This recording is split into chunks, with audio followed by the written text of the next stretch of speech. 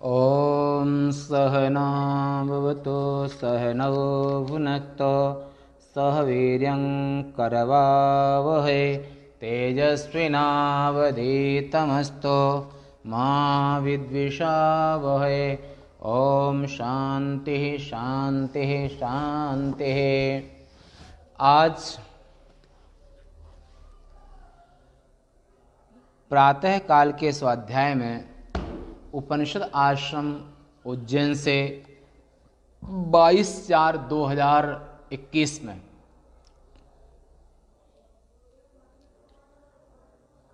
उपनिषद प्रस्थान में कठोपनिषद के ये पहले अध्याय के द्वितीय वल्ली में 23वें मंत्र का विचार। यद्यपि यह आत्मा दुर्विज्ञेय है तो भी उपाय करने से सुविज्ञेय ही है। यद्यपि ये आत्मा को प्राप्त करना असंभव के समान कठिन है, फिर भी प्राप्त किया जा सकता है, जाना जा सकता है, अनुभव किया जा सकता है। आत्मा कृपा साध्य है। सब लोग कहते हैं कि हम भगवान के, हम भगवान के, हम भगवान के। कैसे मान लें? सब तो कहते हैं भगवान के, वहां पर भगवान जिसको स्वीकार कर लें, भगवान जिसको कहते हैं ये मेरा है, उसी की साधना सिद्ध है।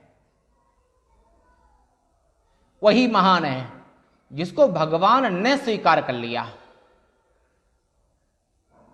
वो यहां पर कहते हैं कि नायमात्मा प्रवचनेन लभ्य न मेधया न बहुना श्रुतेन यमैवैष वृणुते तेन लभ्य तस्यैष आत्मा वृणुते तनुस्वाम्।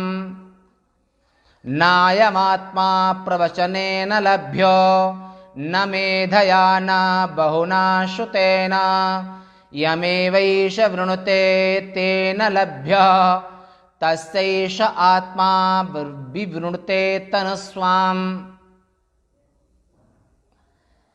आत्मा वेद अध्ययन द्वारा प्राप्त होने योग्य भी नहीं है, न धारणा शक्ति अथवा अधिक श्रवण से ही प्राप्त होता है। यह साधक जिस आत्मा का वर्ण करता है उस आत्मा से ही यह प्राप्त किया जाता है। आत्मा इसे स्वीकार कर ले। आत्मशक्ति, चित शक्ति, परमात्मा शक्ति, जिसको ईश्वर कहते हैं, जिसको ब्रह्म कहते हैं, वो कहते हैं, वो जब स्वीकार कर ले वे, तब तुम्हारी साधना पूरी मानी जाएगी। मनु शतरूपा आदि मानव ने 23,000 वर्ष तप किया और 23,000 वर्ष नैमिषारण्य क्षेत्र में तप करने के बाद भगवान ने उनको स्वीकार कर लिया। वो हमेशा हमेशा के लिए प्रभु के हो गए। और जिनको भगवान ने स्वीकार नहीं किया है उनको पूर्ण सिद्धि अभी प्राप्त नहीं हुई है।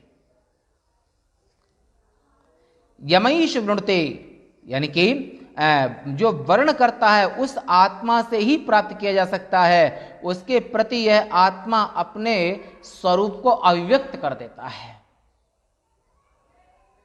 सो जानहि जेहि देव जनाए, जानत तुम ही ओए जाए, तुम्हारी कृपा तुम ही रघुनंदन।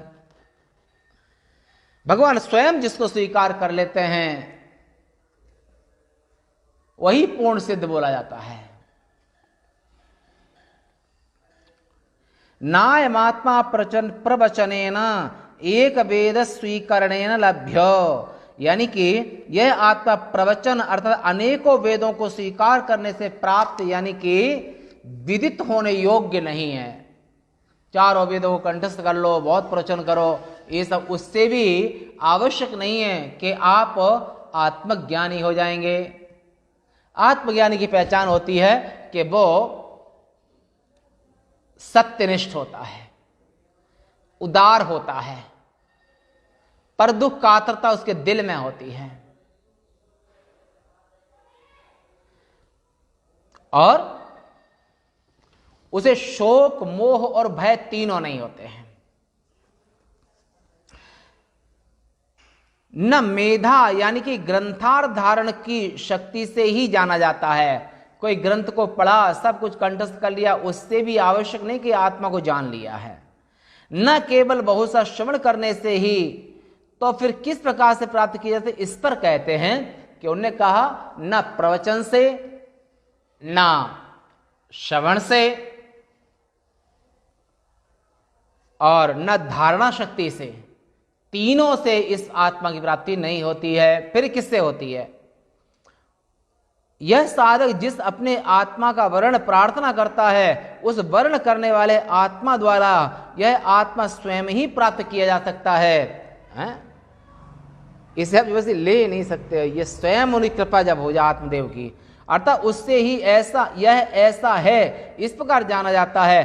तात्पर्य यह है कि केवल आत्म लाभ के लिए ही प्रार्थना करने वाले निष्काम पुरुष को आत्मा के द्वारा ही आत्मा की उपलब्धि होती है।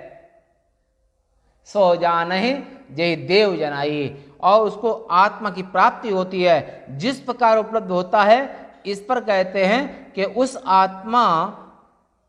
उस आत्मकामी के प्रति यह आत्मा अपने पारमार्थिक स्वरूप अर्थात अपने यथात्म को प्रकाशित कर देता है। प्रकाशन्ते क्वापि पात्रे, नारद सूत्र में, किसी विशेष पात्र में ये आत्मज्ञान प्रकाशित होता है, अन्यथा नहीं। सो जानहि, भगवान की कृपा हो जाए और ब्रह्म जिसको खुद वर्ण कर ले वे, वही उसी को पूर्ण सिद्धि प्राप्त होती है और अपने आप नहीं। आज यहीं तक, शेष वार्ता कल। ओम।